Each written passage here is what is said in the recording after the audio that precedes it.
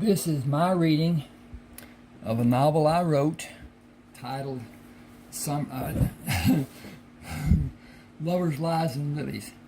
Almost got Summer Help Wanted in there. Summer Help Wanted is another book that I'll have a reading of later on. First of all, if you're interested in buying, purchasing all or any of my novels, it can easily be done using Zelle, Z-E-L-L-E, at the bank. Both my banks support Zelle. Zelle is free. You can transfer money just like you're sending a check, and you're totally covered. You're totally protected. Should something happen, say I croaked, your money will be refunded to you without a retort from me or me proving that I upheld my end or whatever. But you're covered. That's the whole point. I have done this several times with people even overseas, sending it to a bank or a person here in the United States, because it's only here for the United States. But they transferred that onto whatever with PayPal or some other entity or whatever. At any rate, you can see my email here, ron7560444@yahoo.com. Shoot me an email. Tell me which book you want, and then I'll have your name and whatever, your email address, on my listing at the bank for Zelle. And then I will send you a protected copy. It can't be changed, the words or anything else can't be. It can be shared. If you have people, I don't care. I want people to read my work. That's all. I'm in the twilight of my years. I don't have a lot left. But at any rate, send me that. Let me know something. At any rate, here we go. This is Sarah Barnes, and she's in a terrible situation with her husband, who's become a drunkard, and he is violent. So here we go. "Calvin isn't breathing," Sarah cried into the telephone. "I think I may have killed him. First, if he is dead, I am not sorry. Second, I will not miss his abusive, worthless ass. Third, you did not cause his death. You did not have control of the situation. You were not responsible. So get a grip on reality and be calm. It is not your fault. I'm going to call for help and then come over.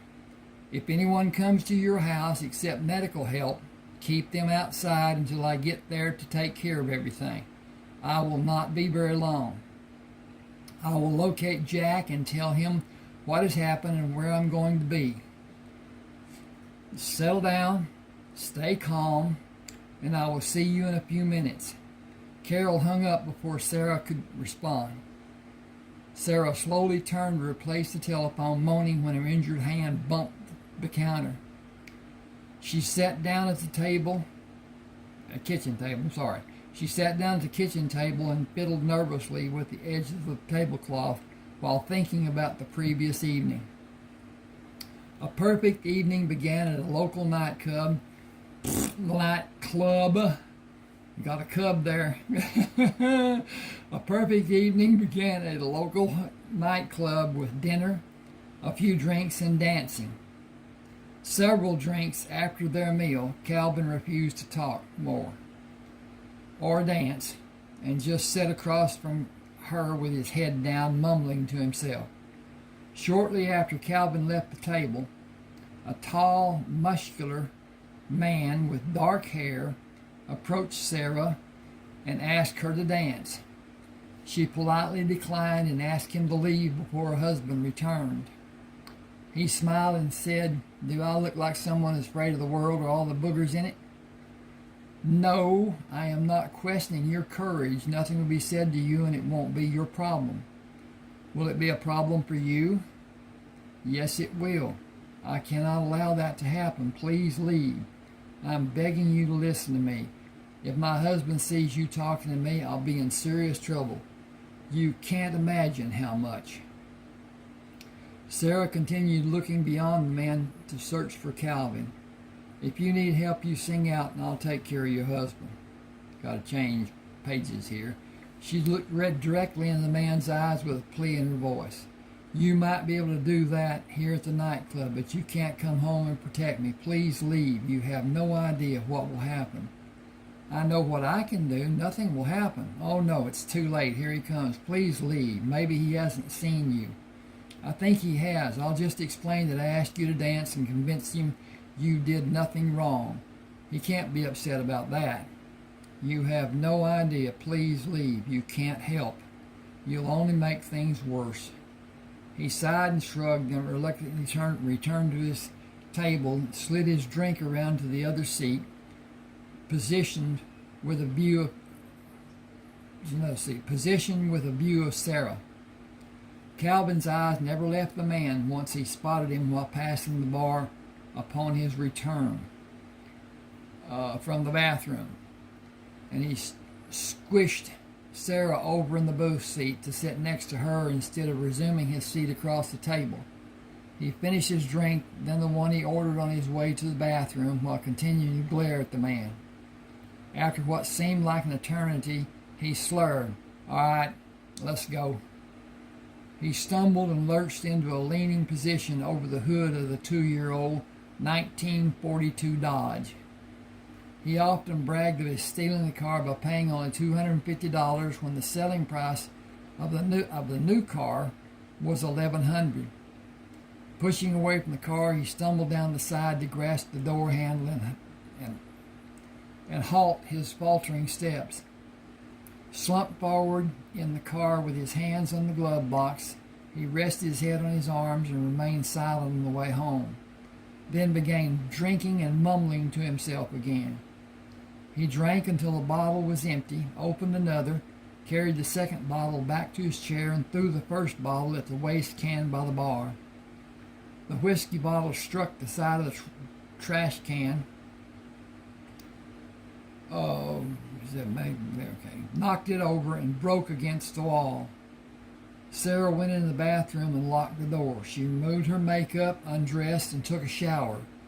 As she toweled off, she wondered if he would drink himself into a stupor and pass out as he become prone to do. Calvin drank moderately before Sarah miscarried, when his drinking increased. He blamed Sarah for being physically too weak to carry his child.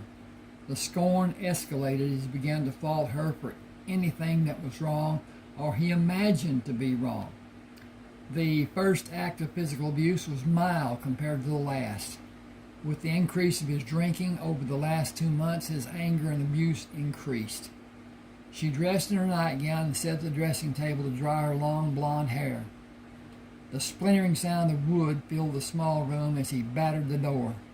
Calvin put his hands through the hole in the door and pulled pieces away to make the hole wider until he could push his hand through the hole and open the door from the inside. Pushing the door open, he rushed at her. The first blow slammed into the back of her head, knocking her from the stool.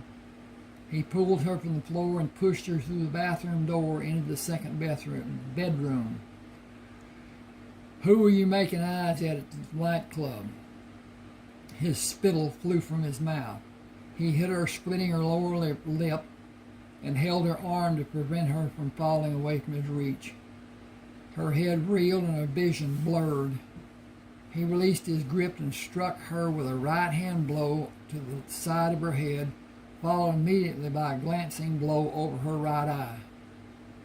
She staggered and swayed, instinct fighting for her to remain standing, but she lost her balance and fell to the floor, shook her head in an attempt to clear her vision, and fought to remain conscious. In 2 quick strides, he stood over her, panting and wild-eyed. The kick to her stomach sent her rolling away from him, but he moved her with repeatedly kicked her in the back,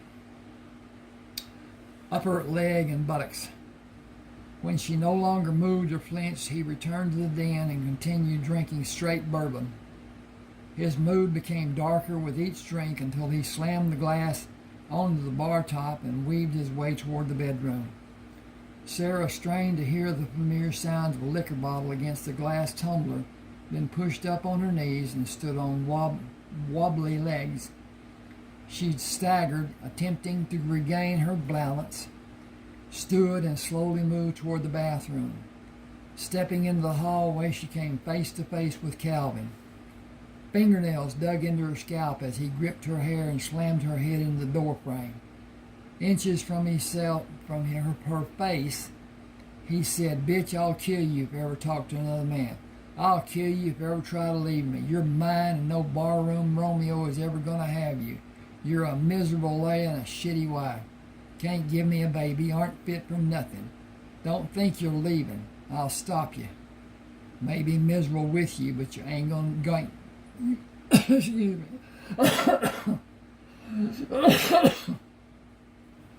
You ain't fit for the you aren't going anywhere. You understand me, bitch?" He threw her against the opposite wall and viciously pushed her down the hall toward the doorway of the den. She lost her balance and fell when he struck her in the back of the head. He staggered and lost his balance while attempting to kick her, then returned to the den, leaving her on the floor. He knocked his drinking glass to the floor and shattered it. The stench of whiskey filled Sarah's senses.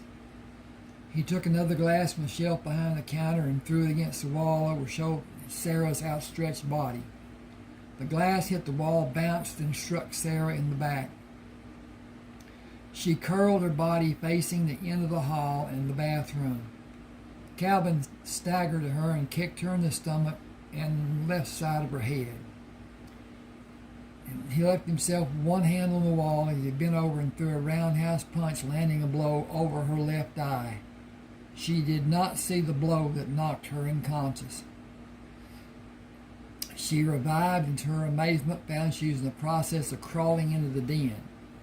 As she gained awareness, a moan of pain caught Calvin's attention. He lurched over to her, raised her from the floor by her hair until she stood facing him, and struck her in the nose with a clenched fist. She felt the horrifying crunch as her nose broke toward the right side of her face. Then she fell over the ottoman, knocked the lamp from the end table, and pretended to lose consciousness, sprawled on the floor. Calvin looked over the end of the couch. Can't be trusted. 26 years old and still can't be trusted. I know what you think you're going to do, but I'll stop you. I'll see you dead before anybody else has you. You're mine and nobody else's. Where's my drink? I need a drink, bitch. He staggered to the bar and poured a large portion of straight bourbon, drank part of the liquor, stumbled to the bedroom, and fell face down across the bed. Sarah lay still, listening as Calvin's breathing gained rhythm and became increasingly louder. She waited until she felt safe, then moved quietly past the bedroom where he slept and into the spare bathroom. I had to get a bathroom in there somewhere. Cold water on her face gave her relief, but also awakened the sensitivity of her broken nose and the small gash over her eye. With cupped hands, she repeatedly brought the cold water to her face until the flow of blood from her nose stopped. She continued to douse her face with the cold water, hoping to relieve the ache in her head. She went to the kitchen and found a one-piece metal ballpoint pen, filled a bowl with ice, and slowly moved down the hallway to the spare bedroom. A washcloth filled with ice placed over her nose gave her minor relief from the pounding in her head and took a small degree of feeling from the area around her nose.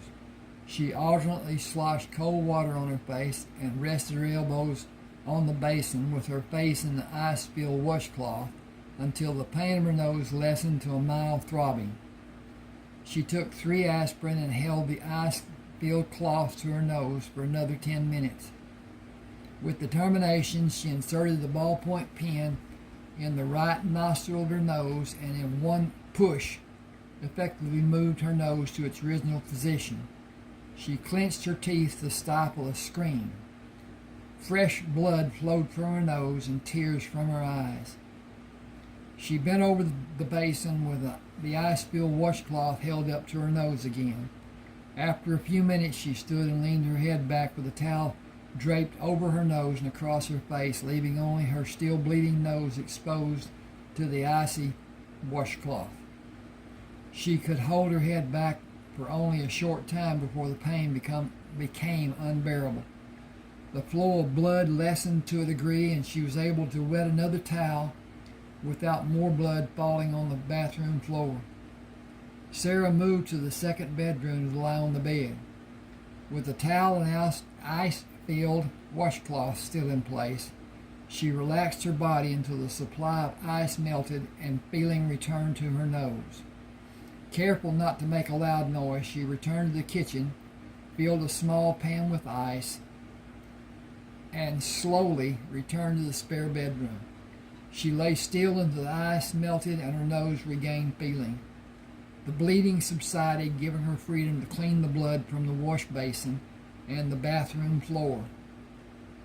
Lying on the bed in the spare room, she employed the towel and ice-filled washcloth again, then drifted off to sleep until waking with a start. Satisfied when she heard no sound of Calvin coming for her, she set the washcloth and towel aside and slept erratically until dawn. Calvin courted Sarah for a year before they were married in May of 1938, when he was 22 years old and she was 20. Sarah was young, athletic, and beautiful, 5 feet and 9 inches tall, with long blonde hair and blue eyes. She was on the track team in high school, specializing in the 100-yard dash and the 220-yard dash. He asked her to go with him to the senior prom. He was not a very handsome man and acted jealous, besides seeming to be extremely insecure from the first moment she met him. Her sister Carol questioned why she accepted his invitation when it was more than a month before the event, and several others would ask her to go before the time of the prom. Sarah said she felt he was misunderstood, and with a loving partner, he would improve. Carol questioned if she was only rising to a challenge, and continued questioning as the courtship became more chaotic and less manageable. Even then, he was unable to control himself and exhibited his jealousy and low esteem regularly. After they were married, she hoped he would mature and lose his mistrust and mental complexes and become secure in their relationship. She felt that her loving support of him would bolster his level of self-esteem, and he would become supportive of her and himself. Instead, he became worse. After the miscarriage, he became even more moody and reclusive and began drinking beer, ultimately graduating to straight bourbon.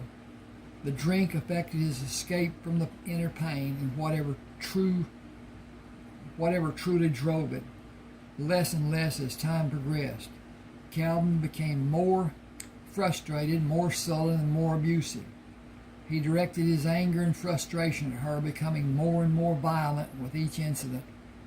Despite his abuse, Sarah held fond memories of dancing with Calvin on a number of their dates before their marriage, and hoped the evening of dinner and dancing would revive their relationship. But, like so many other times, something triggered his darker mood and eventually brought more violence. Her first broken nose happened when he hit her flush in the face with the bottom of a plate. He came home early one afternoon when he was given notice of reduction of force. He spent 3 hours drinking at his friend's house and was already brooding when he came in. He went straight to their bar and poured a large drink. Sullen mumbling, he sat in the living room and drank the entire bottle. Faced with the empty bottle, his attention turned to Sarah, and he stormed in the kitchen, demanding dinner, and began slapping her when she said it would be ready in half an hour. Not satisfied with slapping her, he snatched the dinner plate from the table and struck her in the face, breaking her nose. Leaving her to fend for himself, I'm focused on him. Leaving her to fend for herself. He took another bottle from behind the bar and eventually passed out in the recliner. Later that evening, Sarah met her sister at the home of a doctor who was Carol's classmate through later years in their school years.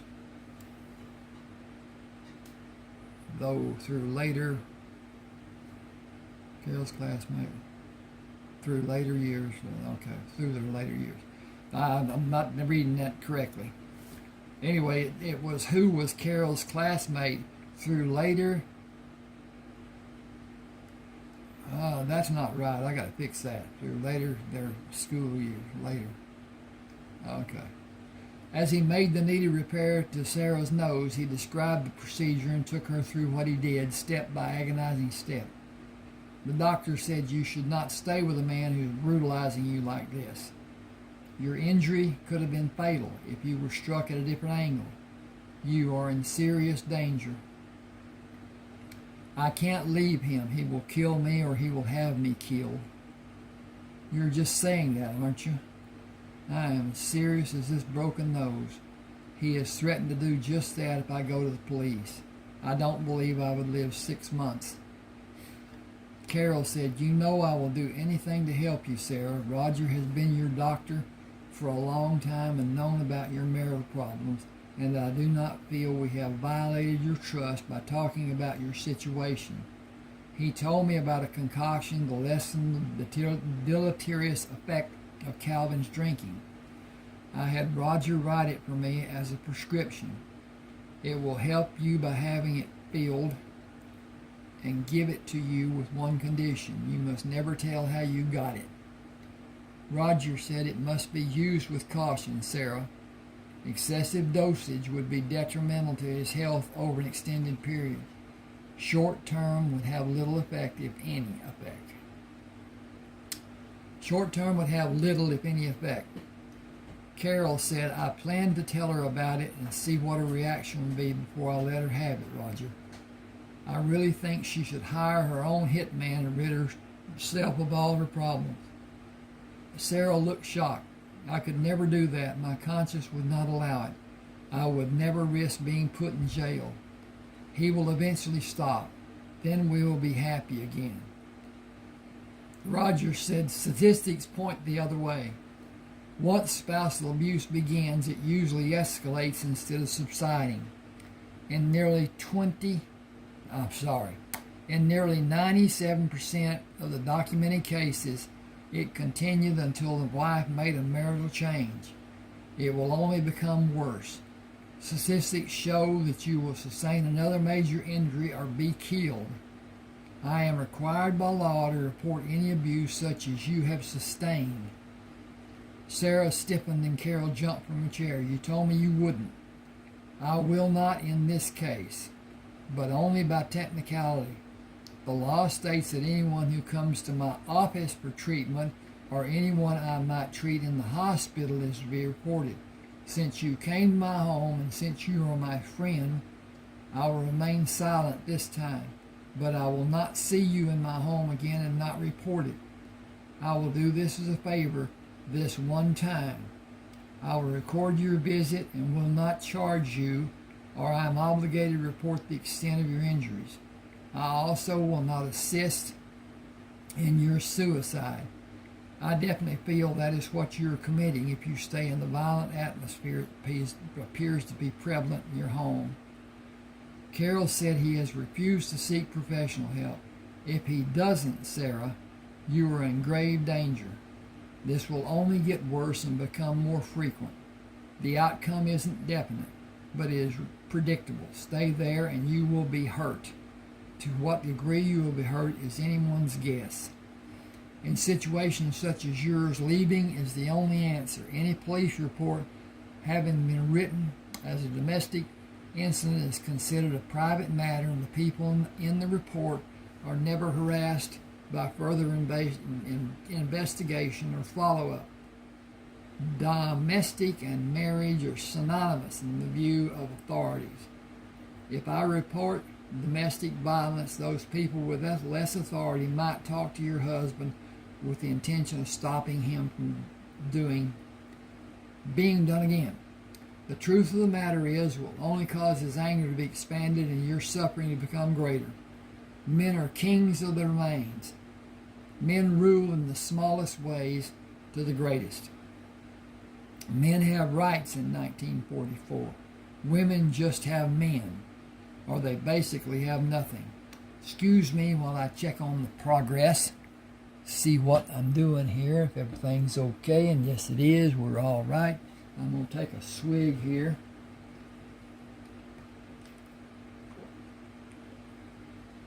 Again, if you didn't hear me before or are not knowledgeable about it, if you wish to buy this book or any other book, and if your bank has Zelle, Z-E-L-L-E, it's a transference of funds from one account to another account. It leaves your account, comes to my account. I will have a recording of it in your email address so that I will know who is paying and who is not or whatever. And then you're protected. You can't lose. If it's such a case that something happens and you didn't get what you paid for, you can just tell your bank. They'll go through a process and your money will be returned. There will not be a problem. It's just safe as it can be. It's just like sending somebody a check, only it takes less time. At any rate, if your bank has Zelle, and I think most do now, both of the banks that I use here in East Texas do have. But at any rate, shoot me an email, tell me what you're doing so I know what I'm doing, and which book you're wanting, and all of that. And then please tell me after you've gotten it if you enjoyed it, and we'll talk. At any rate, here we go again. He's gone through this anyway. Carol said the concoction will slow his drunkenness so Sarah can get an amount of food into him, and that will make him even more sober, won't it? As I told you, it will accentuate the taste of anything is added to. It is a clear liquid with only a slight odor. When it is mixed in alcohol, it becomes virtually undetectable. Mixed and measured to the proper amount, it will dilute the beverage to half or less of the beverage's original strength. It will cause damage to vital organs if it is administered for an extended period. The liver will be affected in the same manner as scoliosis.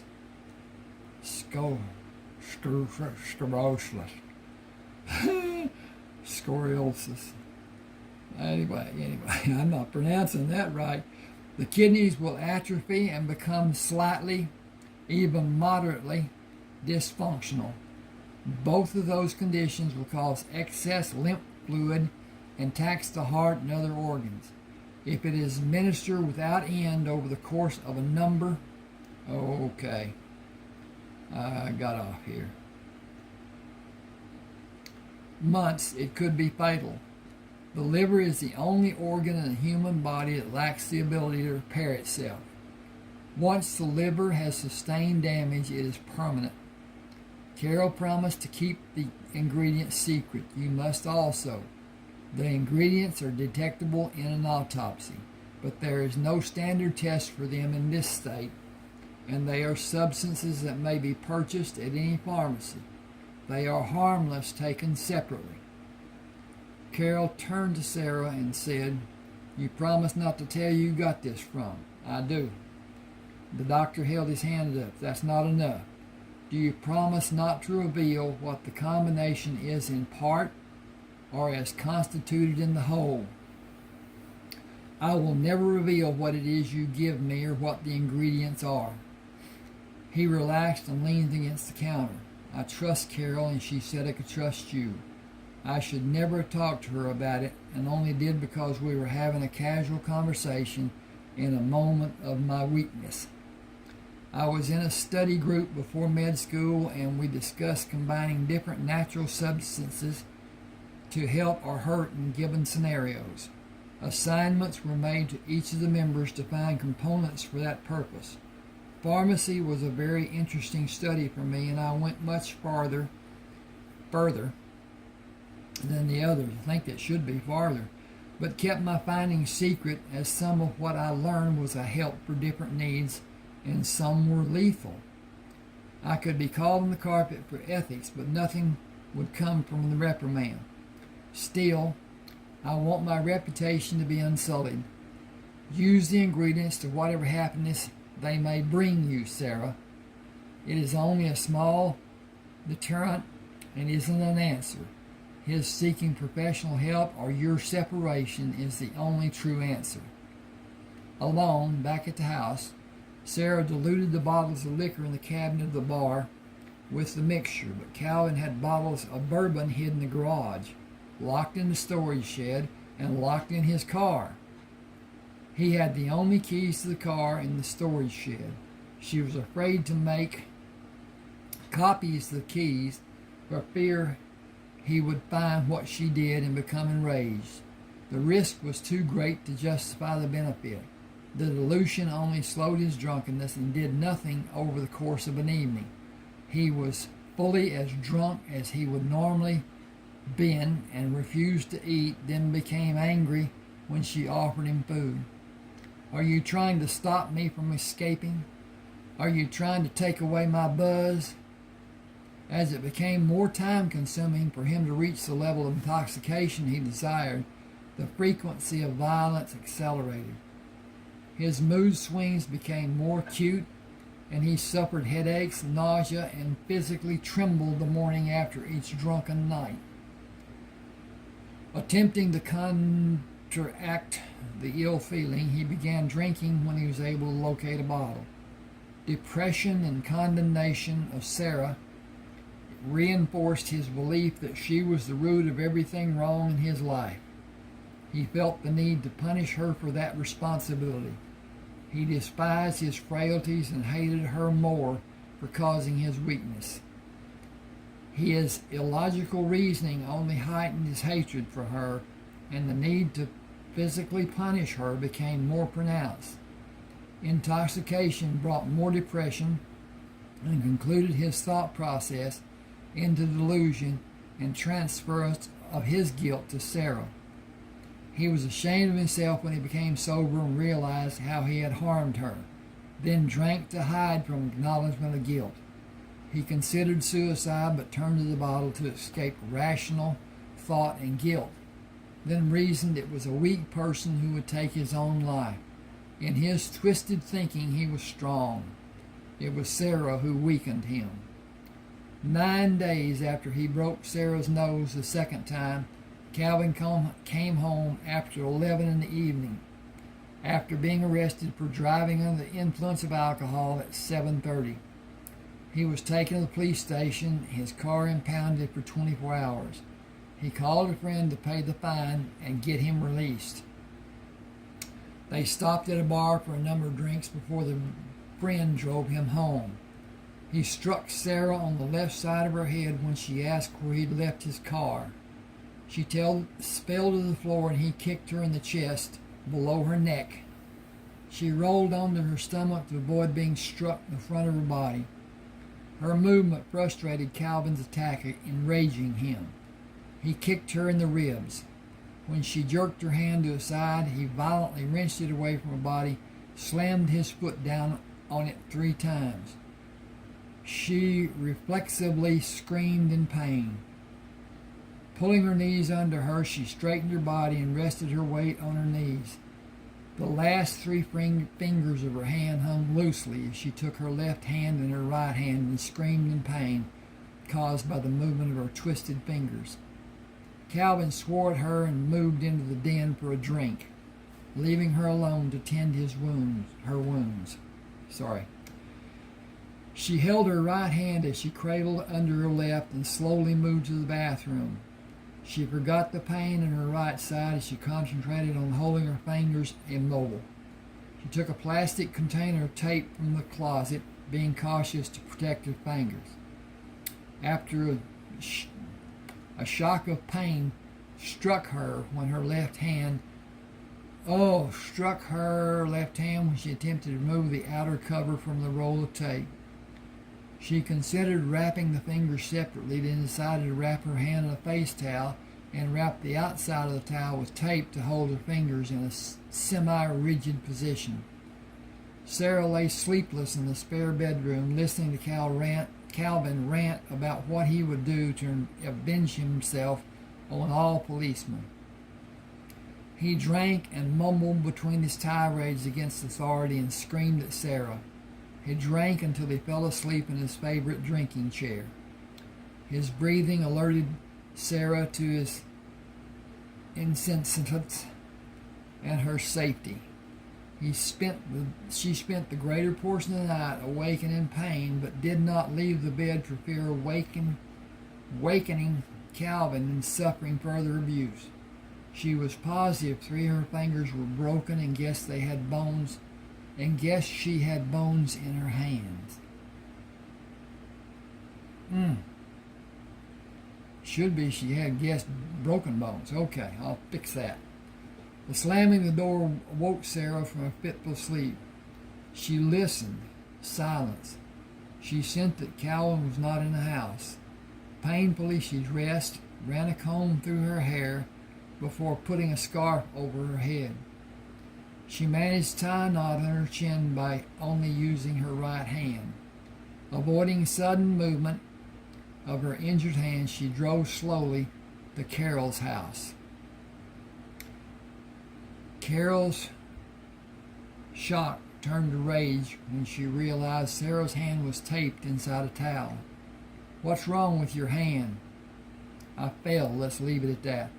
"Fine, if that's the way you want it, but this is the last time we'll help you. If you stay with Calvin, he'll eventually kill you both." "Oh, hellfire, I'm sorry I said that. It just makes me so damn mad when he hurts you and gets away with it. Anyway, I didn't mean it when I said I wouldn't help you anymore. I regret saying that more than you can ever know. I just wish you would make a move and get away from him. I'll help you all I can, any way I can. You know that." "Yes, I do. I know you only said that out of anger because I'm staying with Calvin. I can't leave. He would find me, and I'm absolutely certain he would kill me, or have it done. Just be patient with me while I figure out what I can do." "I've been patient. This is a promise. I'm going to shoot the son of a bitch before much longer, and I mean it. I'm not going to watch him do this to you anymore. Jack is buying a large caliber pistol, and I fully intend to learn how to use it. It will be a mercy killing. After I do it, I'm going to plead insanity." Sarah looked at Carol with the realization that her sister really intended to do away with Calvin. "You're serious, aren't you? As serious as the damage that's been done to your hand. I'm not going to stand by and watch him kill you. You and I both know it's extremely probable, if not a complete fact, of what is to come. Yes, I'm going to kill him. It is better to be tried by 12 than carried by 6. Better he is in the grave for you to be. Carol, I love you. I'd rather be dead than free Calvin and have you in jail or worse. Give me time and I promise I'll do something to get him to stop. You take all the time you need, but don't expect me to promise not to do anything. If I could have fired a gun the last time he broke your nose, I would have killed him. The bastard deserves to die. What do you want to do about your hand?" Excuse me a second. I'm going to be right back. I'm going to just look at my prognostication. Okay. The problem I have is that YouTube has a limit on time that a video can be done. The length of time. I don't know what it is. I've tried to gauge it by less than an hour, and I've done those that are a little bit over an hour, and nothing's been said, but I don't know if that's because it just hadn't been caught. But I will continue to do that. But at any rate, I'm reading a chapter, I hope, which is about 10 pages. Anyway, Sarah says, "Can we see your friend at his clinic? Will you stay calm and let me get through the bones being set and not say anything?" What the hell are you talking about? Do you know you have broken bones? What has the son of a bitch done? What the hell happened? What happened isn't important. It's important that you allow me to see your doctor friend and convince him that I accidentally had my hand slammed in a car door and I have not suffered abuse he would be required to report. Will you do that for me? I'm certain what the outcome would be if Calvin was ever reported as an abusive husband. I've got to have a reason your friend will believe. Will you help me convince him? Will you stop him if he tries to report Calvin? Will you be a love and do that for me? You know I will. We can take my car, but don't think this is the last of it unless this is the last time you come to me with an injury that we both know Calvin caused. He is a pathetic, miserable excuse for a man, and I'm not going to continue to see him hurt you and do nothing to stop him. I'll do it if I have to. 3 people sat in the waiting room of the clinic when the sisters arrived. Sarah sat down, cradled her hand in her lap, and stared at the floor. Carol went to the receptionist, told her she was there with a sister, and the receptionist told her to go to room number 3. A short time later, the doctor came in. "Hello, Carol." "Sarah, how did this happen?" "I fell against the car. The car door was open and I caught my hand inside the door when I fell against the door." Sit upright on the examination table and rest your arm on the tray. Hold your hand palm up. I'll remove the tape and bandage. Is that a towel? "I did this last night and I could only improvise." "Why didn't you call me at home? You said you wouldn't see me at your home again."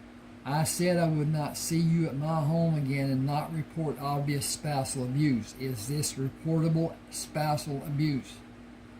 Carol smiled and put her hand on his shoulder. "No, this is not." "I hoped it wasn't, but the indications I first observed led me to believe it was. Now let's see what damage can be done by being smashed inside a car door." Sarah stifled a scream as he removed the tape and opened the towel. Her hand was different shades of purple, red, yellow, and black. Swelling made her hand look like the appearance of a balloon attached with twisted fingers with blood clots under the nails. "We are going to be here at least an hour. The swelling needs to be reduced before I can x-ray the hand for breaks. I can see 3 broken or dislocated fingers. Sarah, you must really hate yourself. From what I can see, you slammed your hand in the car door at least 3 times. What size is the door? I would hazard a guess to be about 11 double D. Would you say that was a fair estimation of the door size?" Sarah stared at her swollen hand and did not bring her eyes to meet his. She hoped he would give her the benefit of the doubt and do nothing about reporting her injuries to the local authorities. "I should have you disrobed to be certain there are no other regions of your anatomy that sustained injury from contact with that evil car door." Sarah's fear was obvious as she raised his eyes to meet his. He gestured with his hand to calm her. "It is only a passing thought. Let's get your hand in the tub of ice and reduce the swelling. I'm going to give you a mild sedative to calm you and then slide your hand over a cradle to keep your fingers steady. The movement will hurt, but the pain cannot. The movement will hurt, but the pain cannot be avoided. It is necessary to remove the swelling. I'll give you a local anesthetic before repairing the dislocations and setting the bones. The fingernails will require relief of the pressure from the broken blood vessels under them, or they will atrophy. Bore holes may lessen some of the damage, but I think you will more than likely lose 1 or more of the fingernails. The burr holes will relieve the pressure and the pain will be less. It is only a small consolation considering the extent of damage you sustained. I think we will find fractures other than those of your fingers when the x-rays are developed. I have other patients to see. I'll come back to check on you in short intervals. Carol, will you come down the hall with me for a minute? Roger led Carol in the empty examination room. We have been friends since the 6th grade, and I must tell you in all confidence Sarah is juggling a time bomb. Statistics point to her sustaining major to fatal injuries in the future. The severity of actions which I have witnessed by observation of her injuries is increasing. The caked makeup over her eye is concealing a cut. Did you notice the swelling of her nose? It has been broken since I saw her at my house 2 weeks ago. She did a masterful job reforming the break, but the swelling will remain for a few days. My guess would be it happened last night. Just as you are, she is a beautiful woman who's in serious danger. Our friendship is the only reason I will turn a blind eye and not report this to the proper authorities. But she should, or you should.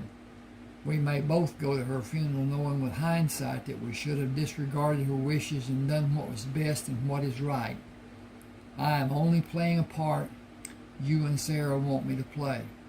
I will only lose a patient and the sister of a dear friend. I will lose sleep for a time, then rationalize it as my patient's desire. Doctor-patient trust is what I am abiding by. You, on the other hand, will suffer for the rest of your life. Something needs to be done. Some course of action needs to be instituted.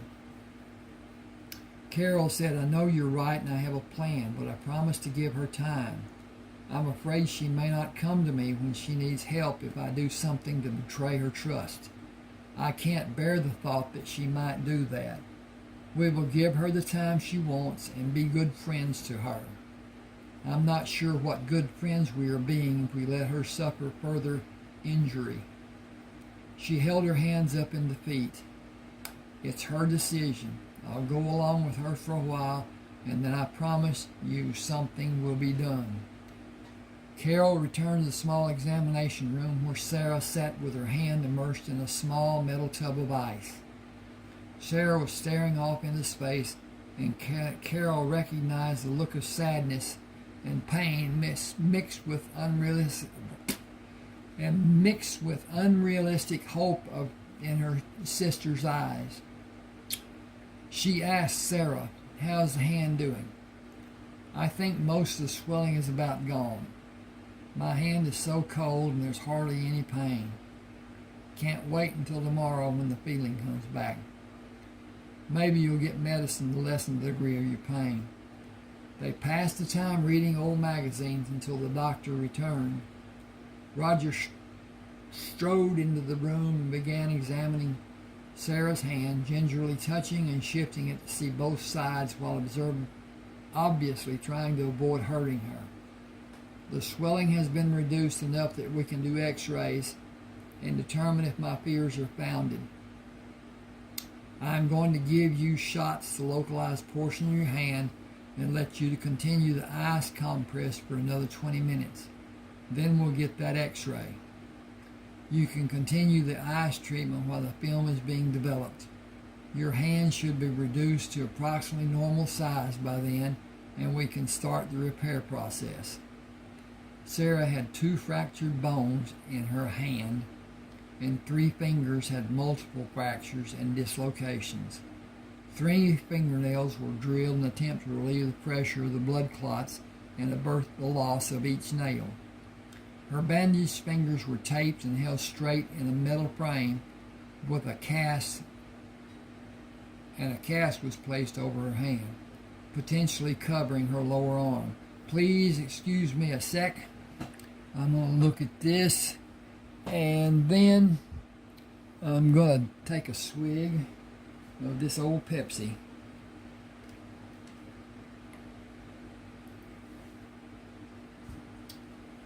Now, maybe I got my mouth right for the rest. see where we are. Okay. When the work was finished, he moved to the counter to write a prescription.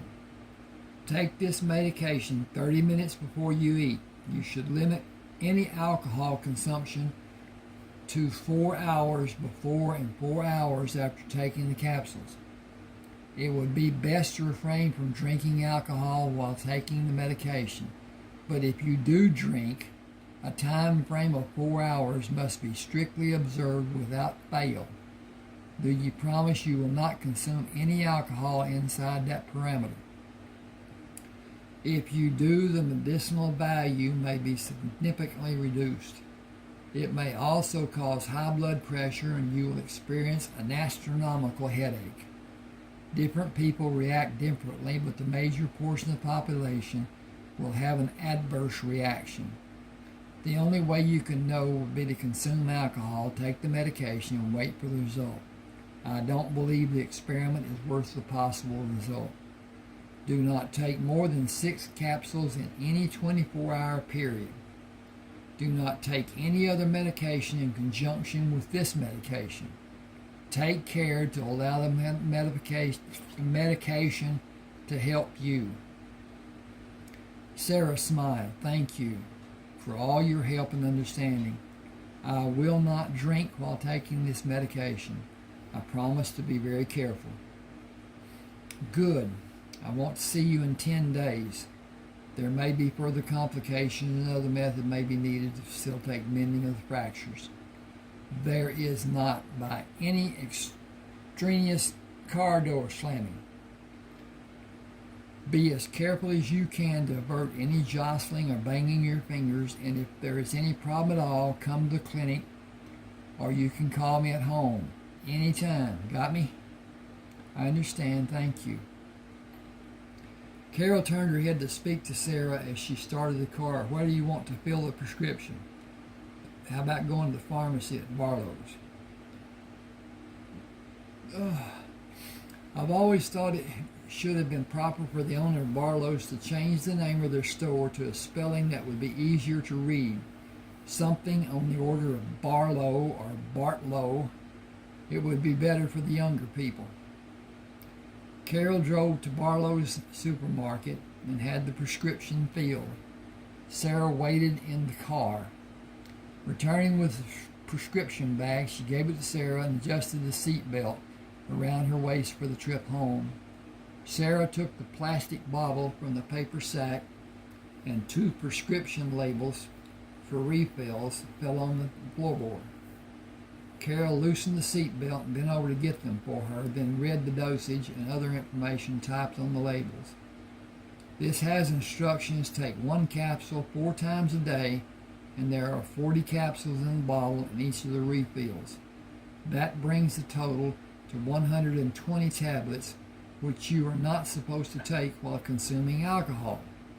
I need to talk to a certain doctor about his intentions.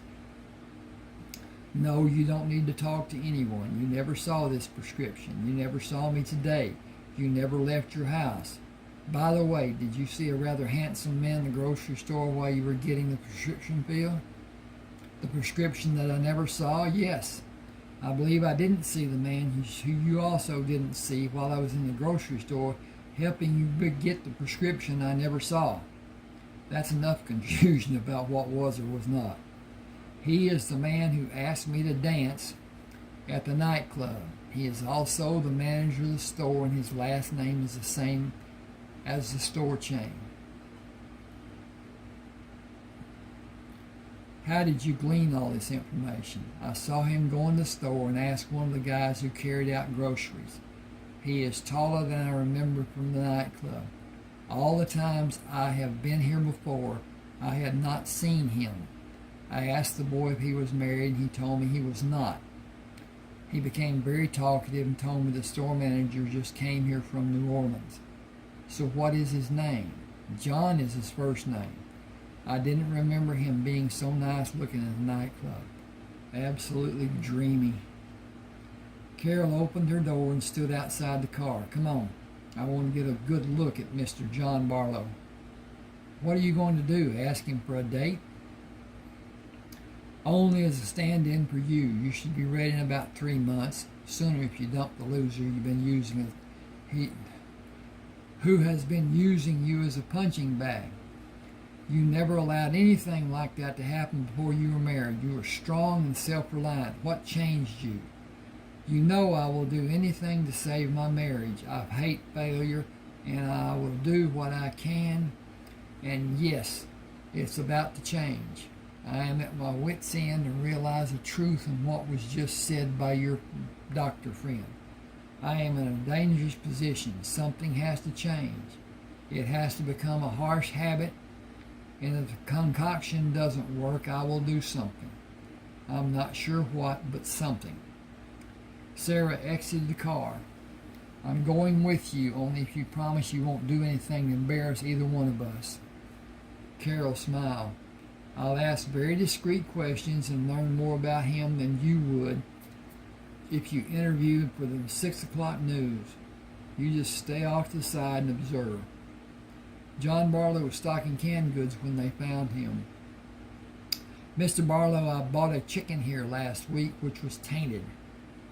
Who do you get your chicken from, and how is it processed and cared for after it's packaged? I'm sorry you didn't tell me your name.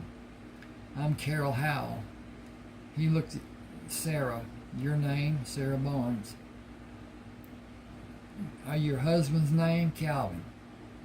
His last name, is it Barnes? I talked to you at the nightclub. Was there trouble after you left? He looked at Sarah for a response, and when none came, he said, there was, wasn't there? If looks could kill, I'd be pushing up daisies. What happened after you left the nightclub? Is that the reason for the cast? You won't make trouble for me, will you? Not in the least. There's an office upstairs. See that mirror? It is a two-way glass, and the office is behind it. Go through the double doors, turn to the right, and the office door is at the top of the stairs. He moved his hand into his pocket and produced a key ring with a single key. Here is the key. You two go up, and I'll join you as soon as I get someone overstocking this aisle, to take overstocking. You can take your medication on the way to the office. The water fountain is near the bottom of the stairs. Sarah smiled at John. How do you know about my medicine? It pays me to know all I can about the customers at the store. Also, you and I have mutual friends. John moved to the front of the store while Sarah and Carol went to the office. He arranged for his relief and joined the two sisters moments later. Okay. Were you able to take the medication? Are you comfortable in these chairs? Yes, I did, and I believe we are both comfortable. Thank you. You said we have mutual friends? I have a degree in pharmacy, and I know most of the doctors who have offices in town. Smiling, he turned to Carol. About the chicken that wasn't fresh. It was only a ploy to talk to me, wasn't it? Carol laughed.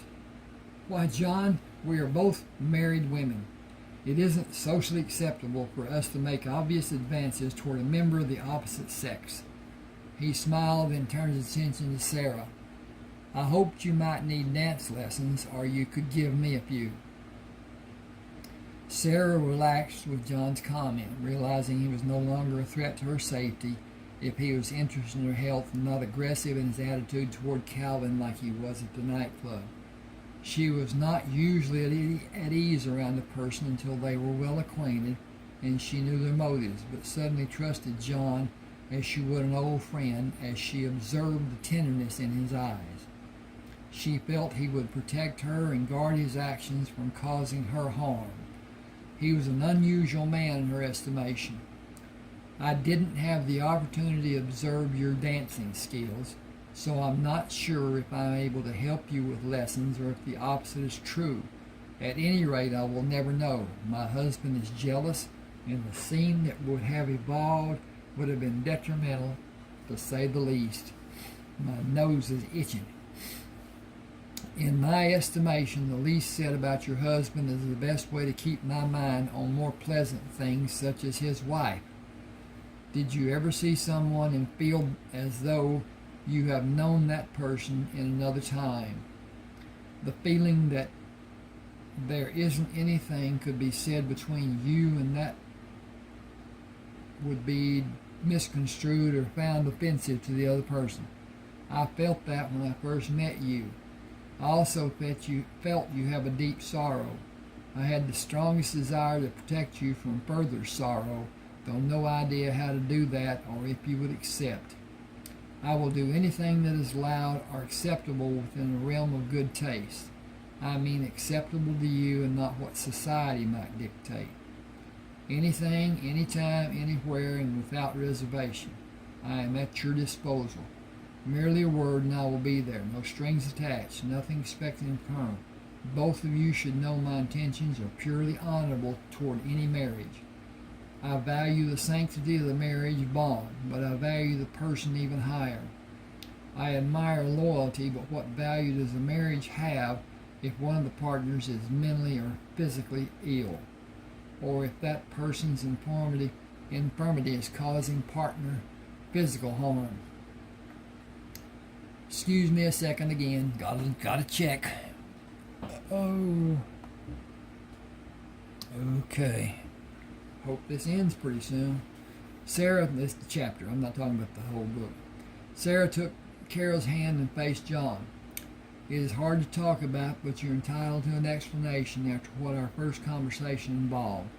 Evidently, from what I told you at the nightclub and what you have learned from other sources, you already know my husband is abusive. It started slowly and has evolved to the point that I'm afraid I'm in danger of being seriously hurt to a greater extent than what has already happened. My fear is substantial and it is predictable that the way he has become is going to become worse, unless there is a radical change. I don't believe I'll be alive 6 months after I left him.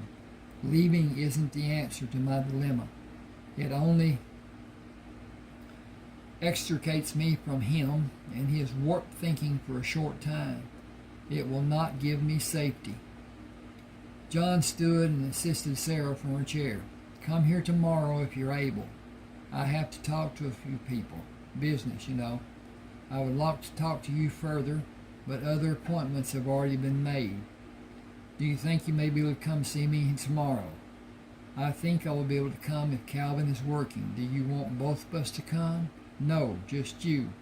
I would enjoy seeing Carol, but I need to see you alone. Is that acceptable, Carol? No problem, either way. I want my sister well, and no sacrifice would be too great. That I am making any sacrifice. I'll drive her if she wants. I can do whatever she needs. He said, unless the pain is such that you feel it is impossible to refrain from having more of the prescription, take as few as you can. Aspirin will give you temporary relief. The rub is that aspirin and the prescription taken inside the period of an hour will put you to sleep in a snap. Alcohol will reduce the effect of the aspirin and medication taken together, but it will still put you to sleep. If you can refrain and substitute another pain reliever, it will serve you better. I'll see you tomorrow at whatever time you can. I'll be available all day from 8 in the morning until 8 at night. Sarah and Carol left the store, went to Carol's house, and Sarah drove home. Calvin sat in his favorite chair with a large glass of bourbon in his hand. Sarah moved in the room cautiously. Can I get you something? Turn on the television stereo. No, I have a headache. My ears have been ringing all day. Where the hell have you been? I needed to eat. Where were you? He did not acknowledge the cast on her hand. Carol and I were shopping. I didn't spend any money. You better be glad you didn't, because I'm going to be laid off in 2 weeks. We are only going to have unemployment insurance to live on for just 12 weeks, then it ends. Get me something to eat. Get me a couple of aspirin first. My head is about to split open. He gulped down a large drink, put his head on the back of the chair, and closed his eyes. Why don't you go into the bedroom and lie down? I'll bring some of my medication for your headache. Sarah went to the bathroom and opened a new bottle of aspirin using her teeth. She put the few older aspirin into a newly opened bottle, poured the contents of prescription into the empty bottle. shook a pill from each bottle, and carried them into the bedroom for Calvin. "Oh, I forgot to bring water for you to take the medicine." "Never mind, I have a drink. Water only hurt my buzz." He drank from the glass each time he took a pill and fell back on the pillow. Sarah waited 15 minutes and took another aspirin and pill from a medication to Calvin. After shaking him and pulling him into sitting position, she placed the pills in his mouth. He merely looked at her as she poured a small amount of water over his lips. She pushed his head back until he was forced to swallow. A small amount of water went into his trachea and he coughed as she laid him back on the bed. He turned on his side, coughed again, and fell back asleep. Sarah managed to prepare a small dinner, watched television in the den, and did crossword puzzles for 3 hours, only complicated by the need to carefully protect her injured hand. After taking a shower, she brushed her hair and dressed before taking 2 pills to Calvin. His eyes opened and closed, then remained closed, and he offered no resistance, falling back on the bed when Sarah released her support. His head turned at an odd angle, and she pulled it into a position that would be comfortable for him. It was her intent to keep him as sedated as possible to induce sleep. He was even more depressed after being told about the dismissal. It was a certainty in her mind that he would drink and become violent if he woke. She would do anything to avert another incident.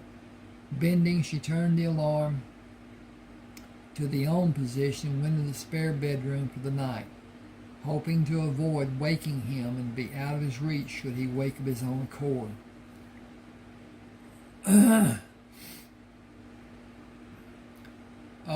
Should he wake of his own volition and become violent. Sarah was awakened in the morning by the clock radio beeping in the master bedroom. Moving into the bedroom, she turned the alarm off, shook Calvin, and called his name. His eyes remained closed, and she shook him again. "Come on, Calvin, you're going to be late for work." That would be a fine ending to an unpleasant situation. They might let you go even earlier. He lay still when she let her grip relax. His head fell to the side in the same odd angle as it had been the night before. When she moved it to an upright position on the pillow, she gasped as she felt coldness in the touch. She put her hand over his chest with the blanket and covered it between him and her hand. He wasn't breathing. "Calvin!" She frantically moved her hand under the blanket and felt only stillness in his chest. Jumping back from the bed, she covered her mouth with her hand, tears streaming down her face. "I've killed him. He's dead, and I've killed him." She sank to her knees on the floor and sobbed into her hands. "I've killed him, and they will put me in jail. They will put me in jail and then kill me. What have I done? Oh God, what have I done?" Okay, that was 2 chapters that I read, evidently. I don't remember going past the 2nd chapter, but anyway, that's okay too. At any rate, please subscribe to my channel.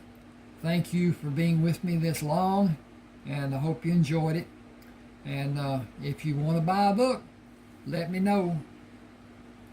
Please subscribe, hit the like button, hit a share, do what you can. All of that helps me and the YouTube people, and I appreciate you.